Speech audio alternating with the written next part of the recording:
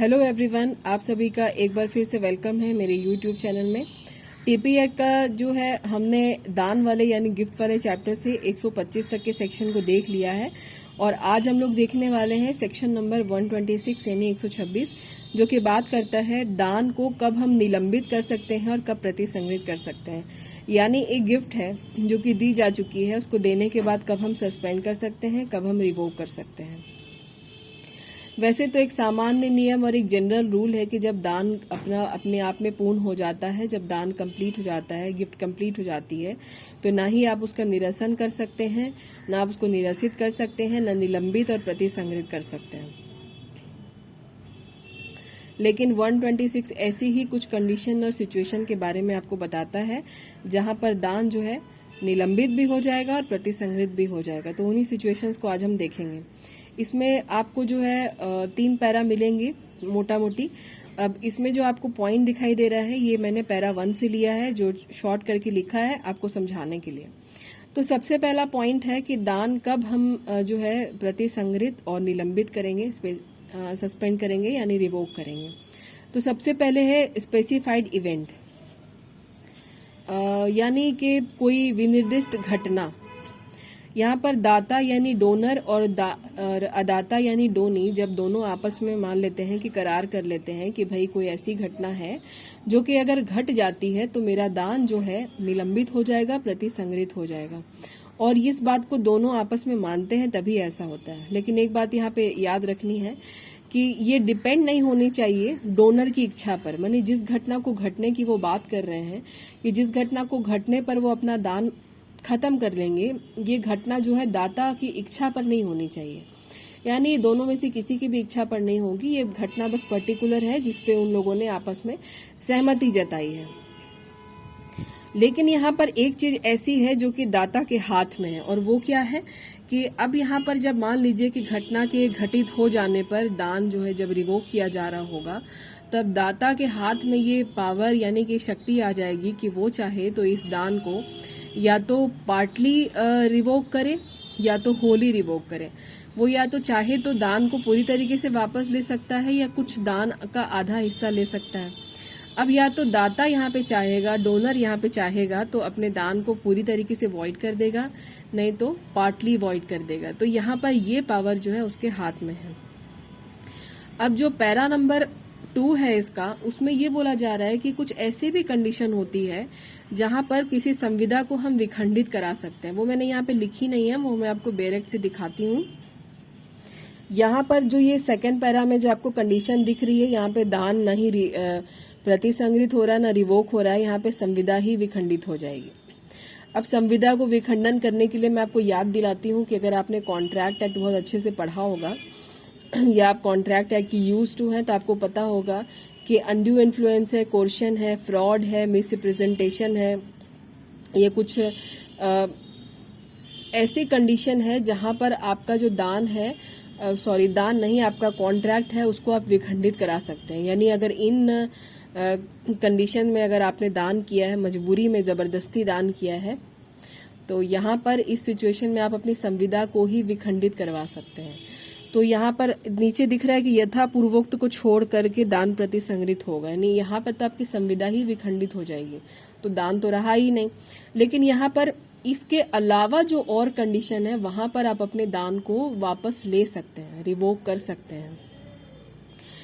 Last para में है कि इस सेक्शन की जो कोई भी बात है, हर तरह की इसमें जो कंडीशन बताई जा रही है, इसमें जो भी सिचुएशन बताई गई है, उसकी जो है जितनी भी सूचना है वो अंतरिति को होनी चाहिए। यानी जिसको आप दान करने वाले हैं, जो ट्रांसफरी है, उसको हर चीज की सूचना, हर बात की होनी चाहिए। और अगर उसको किसी भी बात की सूचना नहीं है और आप अपने यानी जो ट्रांसफरर है वो अपनी इच्छा से कुछ कर रहा है और यहाँ पर इसकी कोई भी इंफॉर्मेशन ट्रांसफरी को नहीं है, तो इस सेक्शन का कोई भी इफेक्ट, इस सेक्शन की किसी भी प्रोविजन का इफेक्ट जो है ट्रांसफरी पर नहीं पड़ेगा। तो ये हो गया पैरा वाली बातें। मुझे ऐसा लग रहा है कि बहुत लोग ऐसे भी हैं जो मेरे व्यूअर्स हैं, उनको एक बार में समझ में नहीं आएगी, तो मैं उनसे ये रिक्वेस्ट करना चाहती हूँ कि वो इस वीडियो को बार बार सुने और साथ में अपनी बैरेक्ट जरूर रख लें। और ये भी मैं कहना चाहती हूँ कि अगर आपने बुक को एक बार गो थ्रू किया है तो ही आप बेरेक्ट को समझ पाएंगे। अगर आपने बुक को एक बार भी नहीं पढ़ा है तो बेरेक्ट आपकी समझ में नहीं आएगी। तो मेरी यही रिक्वेस्ट है कि अगर आप एग्ज़ाम नहीं दे रहे हैं आने वाले डेज में, जैसे उत्तराखंड अगर आप नहीं दे रहे हैं तो आप बुक पढ़ें, बहुत थॉरोली, बहुत अच्छे से पढ़ें। और नहीं, या फिर अगर आप एग्ज़ाम के लिए प्रिपरेशन कर रहे हैं तो फिर बेरेक्ट और फिर वीडियो लेक्चर काफ़ी है। अब देखिए पहला वाला जो इलस्ट्रेशन है वो देखना हमारे लिए बहुत ज़रूरी है। वो क्या कहता है देखते हैं।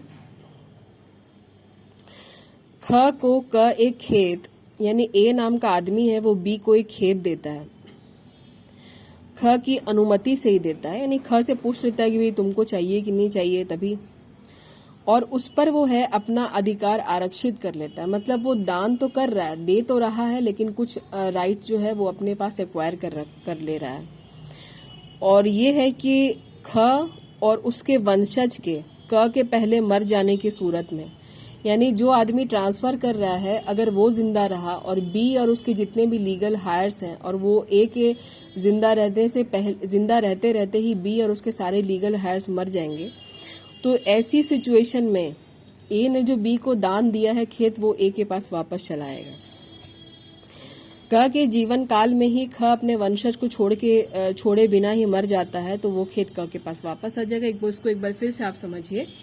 ए नाम का आदमी है, बी को एक खेत का दान करता है, ट्रांसफर कर देता है, लेकिन वो कुछ अधिकार अपने पास सुरक्षित रख लेता है। और वो ये अधिकार ये होता है कि भाई अगर मैं जिंदा रहा और तुम, यानी कि बी और तुम्हारे जितने भी उत्तराधिकारी हैं वो सब मेरे जीते जी ही अगर मर जाएंगे, तो तुम्हारे और तुम्हारे उत्तराधिकारियों के बाद ये खेत मेरे पास वापस आ जाएगा। तो ऐसी कंडीशन दाता यहाँ पे लगा सकता है, क्योंकि यहाँ पर रिवोकेशन की और सस्पेंशन की सिचुएशन को ही बताया जा रहा है, तो ये वैलिड है।